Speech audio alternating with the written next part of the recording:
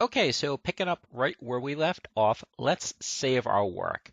If you go up to File and you choose Save Scene, you'll have the option to save your work. Now, what's a scene? Easiest way to think of a scene is a level in an old school game. So if you have a side scroller with 10 levels, you're going to have 10 scenes plus a couple other. What would the other scenes be? Option menu, title menu, end credits. So a scene is really a collection of functionality. And only recently did they deprecate a command that read load level. And what did load level do? It loaded a scene. So even though they call the construct a scene, their own code referred to it as a level. So that's really the thinking, is that a scene is a level. Having said that, a lot of games don't have distinct levels. Like if you think of open world games like The Witcher, they use their own proprietary engine for that. Not saying that you can't do that with Unity. You could, but that's the way it breaks down the area, is it breaks it down into scenes. So we choose Save Scene, and I'd already named it, so I had named it Demo, so it shows up here as Demo. If you choose Save, it will prompt you to name it.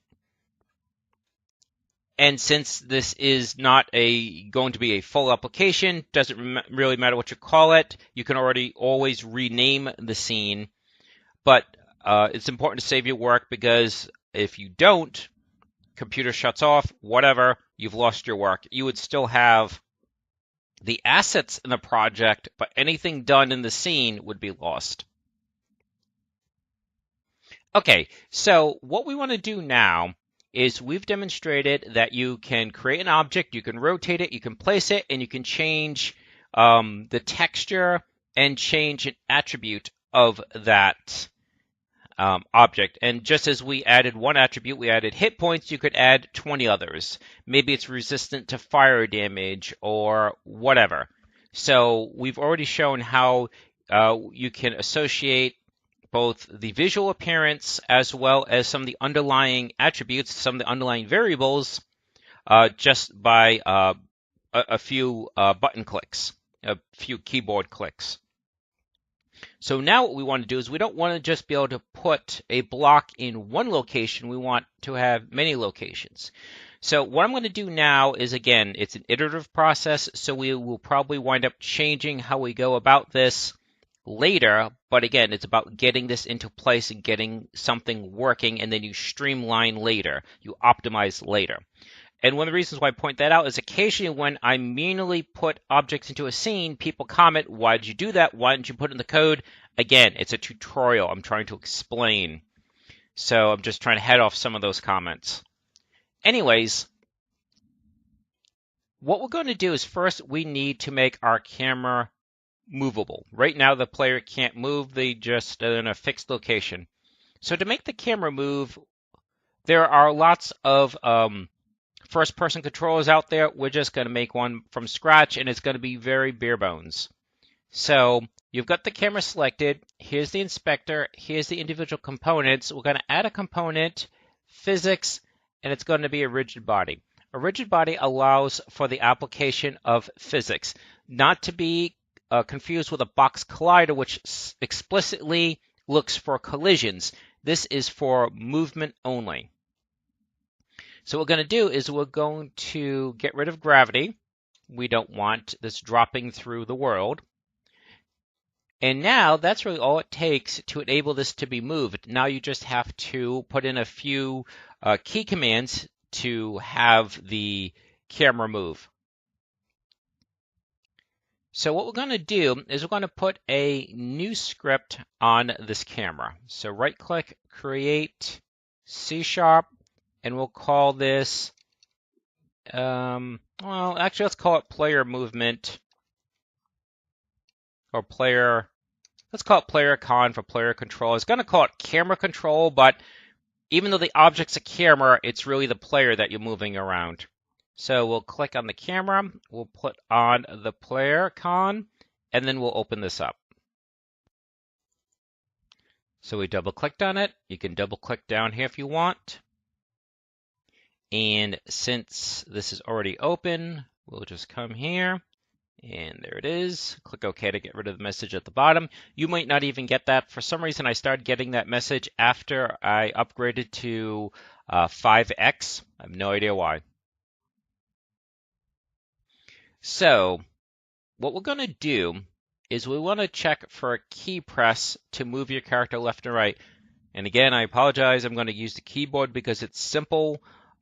We can look at using a game controller in a couple more episodes. I just want to get the basics in place. I don't want to go through the greater complexity of using the game controller.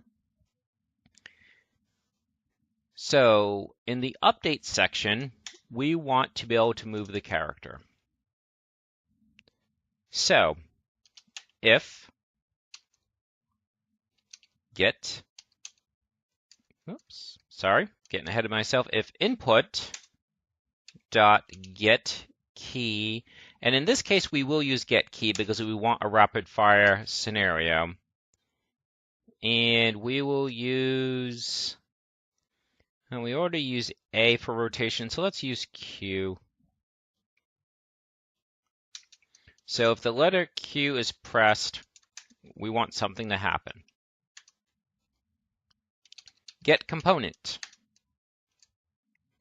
Rigid body, we just added a rigid body to, maybe it has to be the capital R. There we go. Rigid body dot, and this will be velocity, equals new vector 3. So again, x, y, z. That's what's referring to vector 3. There are 3 vectors. So we don't want, this is moving on the x axis, so we want a value for that, but we don't want anything for y or z. We don't want it moving up and down or towards and away, at least not yet. So let's make this, say, -3 and 0 and 0. So along the x-axis, it will move -3. So what does that mean? Well, this is the x-axis, so it will move negative, so it'll move that way. Because if you watch position x, see, it went to a negative. So move that way.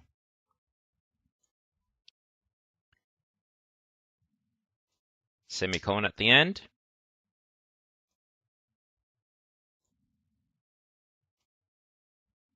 Copy.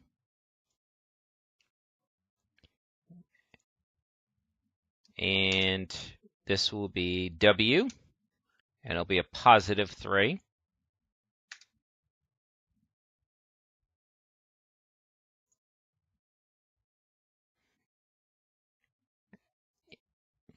So if Q is being pressed, we'll move in a negative direction. If W is being pressed, we'll move in a positive direction. If neither are pressed, then we don't want it to continue movement. Now, if the object was sitting on a flat surface and friction applied, then you wouldn't have to necessarily adjust that. You could let friction bring your object to a halt. But we don't have the object on top of a surface, so we want it to stop abruptly. So for this, now when you want a key press to be not pressed, you have to put the exclamation point there. So I showed you in the other tutorial where if you have something as not true, it goes here in front of the equal sign. Well, there really is no equal sign here. This entire thing is being checked. So the exclamation point goes in the front. So if this is not true, so Q is not pressed,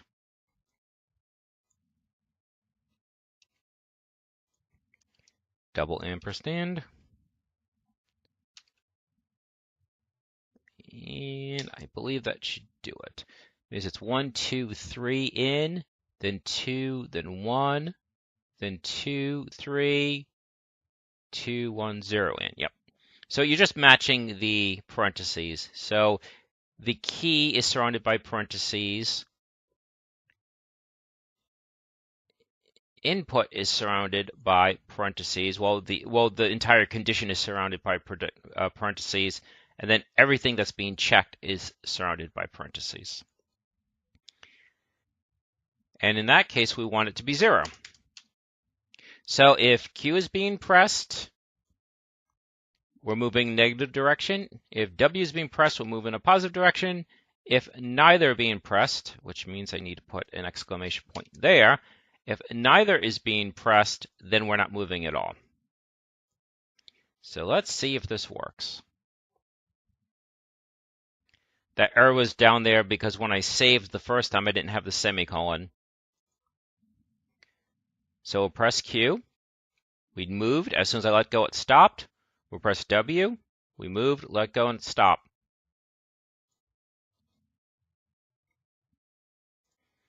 Now that really just gets us into position to do what we really want to do. That's just applying movement to the camera. The reason why we want to do that is so we can place these cubes in different locations. So how do we determine where this is going? And we said that this really has to snap to a grid. Well, there are different ways you can do this. You can have a lot of collider boxes, which is what we're going to do. And as I alluded to at the beginning of the video, I'm going to manually place these. And the other option is you could do a whole lot of if statements and you could check a series of locations, coordinates, and see if, so it's not so much that you'd be checking for a collision, so much as you're checking for the wall object, that it's in a close proximity to a coordinate, and so it would snap to that coordinate. I'm not going to say which one's better. The coding for the latter of the two would be a lot, and the amount of objects you create for the former are a lot. So you're going to have complexity one way or the other. It's just what kind of complexity do you want to deal with? Do you want to deal with a bunch of collider boxes, or do you want to deal with a bunch of code? I'm not sure which one would impact performance more. I think that the collider boxes might impact performance more because each collider box is an object, whereas code is just it doesn't take up much memory. It's just a few bytes. So I can't sit here and say which one definitely takes up more. But we'll go with the collider boxes. I think it's a little bit more intuitive. It's a little more visual. And as I've said before, I'm not going to sit here and say that I choose the best way, but I hope to teach what is one of the more transparent ways that it makes sense why you're doing this. Whereas other things may be more efficient, they are more obscure. So this has a collider. What we're going to do is we're going to create a bunch of colliders. We're going to create that grid that we talked about, that we said that this is really on a three-dimensional grid. The grid is invisible and you're building based on that grid. So let's go to Game Object, Create Empty, and what we'll do is we'll call this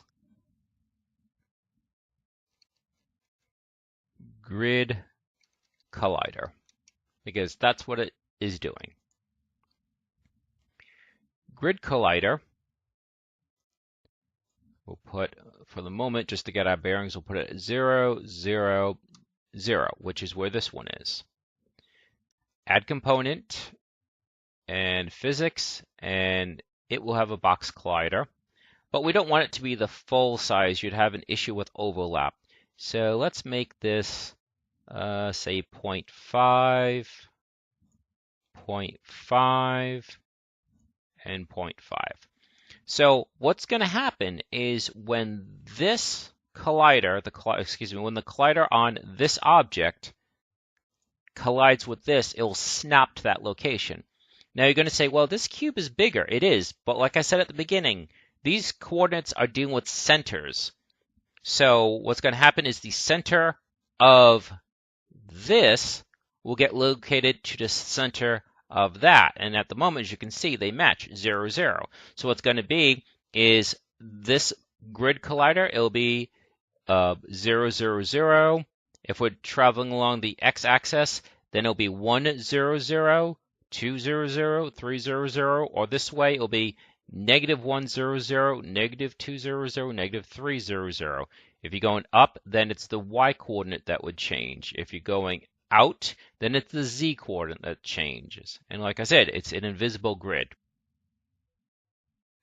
So we're going to copy, paste. And again, like I said, I've been asked, why do I manually do this? Why don't I do this with coding? Because you can instantiate these. Again, I'm trying to demonstrate hopefully the simplest way possible. So let's put this one at 1. And we'll put this one at negative 1. So if we highlight these, you can see you got 3 and they're equidistant. Same amount of space between each one. Now, we're getting close. We need to make one change. We need these to be triggers. Because if they're not triggers, then anything that's solid would be bouncing off of them and colliding into them. So we want it to be more of a pass-through. So it's not that you're bouncing against it like it's solid. You want to pass through it. So the key is when this collider connects with one of these colliders, this will get repositioned to that location. So how do we make this collide with that? Well, what we're actually going to do is we're going to have one more collider in front of the camera. So just like in Fortnite, if you notice, depending on, like, if you point towards the ground, something appears closer to you. If you point away, something appears further away from you. It's doing these kind of calculations. It's doing these relative collisions, and it's snapping it to a certain location. So for the main camera, so we added the rigid body. We're now going to add a collider. So physics, box collider, and this is also going to be a trigger. And it is going to be in front of the camera though. So just as this is pushed out in front of this, or behind it, depending on which direction you're looking at, same kind of principle. So let's shrink this box collider. We'll also make it 0.5 by 0.5. Actually, we want to make sure it's only colliding with one at a time. So let's make it 0.3, 0.3, 0.3. Could be 0.4, could probably be 0.49. Because if these boxes are each half, then the distance between them should also be half. But like I said, want to avoid any kind of overlap like that. All right, so we have the size has been reduced. And now we need to move it out in front.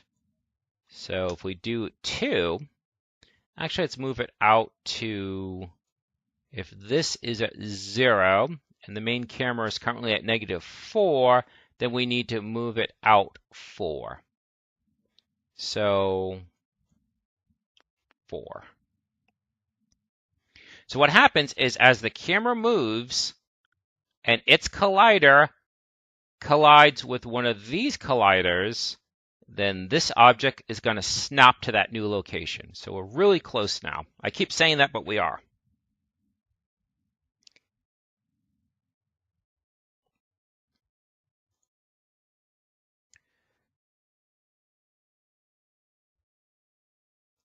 So let's do, since it's a collision, we're going to do void on trigger enter. Again, we set them as trigger, and it's collider. Oops, sorry. Yeah, collider. because it's collider and there's collision. So collider, and it's colliding with other. Other just means you don't have to use the word other. What you're saying is that whatever it's colliding with, you will refer to it as other. So it doesn't mean you're actually colliding with something called other. Again, you're using a variable to be able to capture, in this case, the object that you're colliding with. So on trigger enter collider other, and what we're going to do is we're going to debug.log. As I said, whenever you're adding new functionality, particularly with collisions, you want to make sure it is working. Oops, only one set of quotes.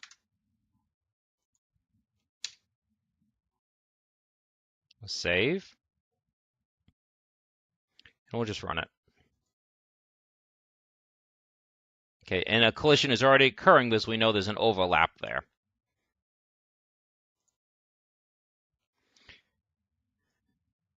So let's do that. Save it. Now, just as the wall had to be made aware of the cube, so to speak, by adding a variable to store the cube, we're going to have to do the same thing because although the camera is what's doing the collision, it is the wall that's moving. So we're going to use a similar functionality. We're going to create a variable on the camera for the wall. So the camera makes the collision, but the wall is what gets moved. So in the player con script, we're going to do public transform, and we'll call this block underscore obj. I don't want to use wall obj again. It technically shouldn't be an issue, but again, it's more not getting confused when you're doing the programming as far as which variable refers to what. And what are we going to do with that? Similar. We're going to say move the position of that block object to the position of other. So block object dot get component transform position equals new vector 3, and it's other dot position, oops, sorry, transform dot position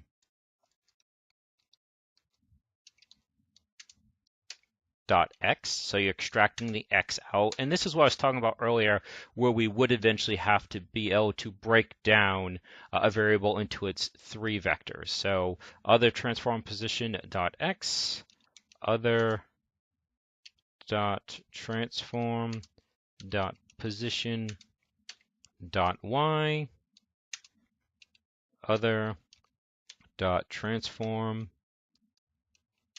dot position dot z. So it really looks complicated, but you're really repeating the same idea. You're saying extract one vector from this object. It's just you have to drill down, like it's the transform component, it's the position element, it's the y vector of that element. So again, you're extracting that out of other. You're going from the general to the specific. It really isn't any kind of foreign concept. It's again, you're starting with a object in its entirety, and you're drilling down into specifically what you're trying to extract from it.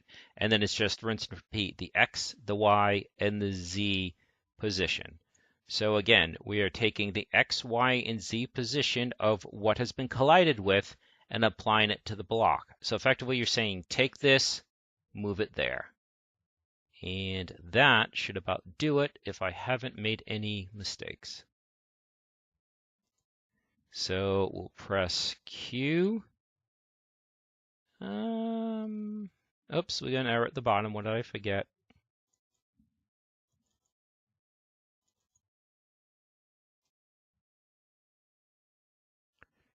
Variable block. Oh, I know what I forgot.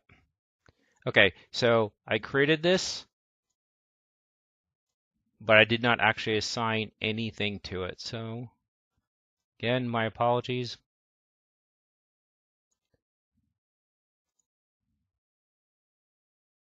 There we go.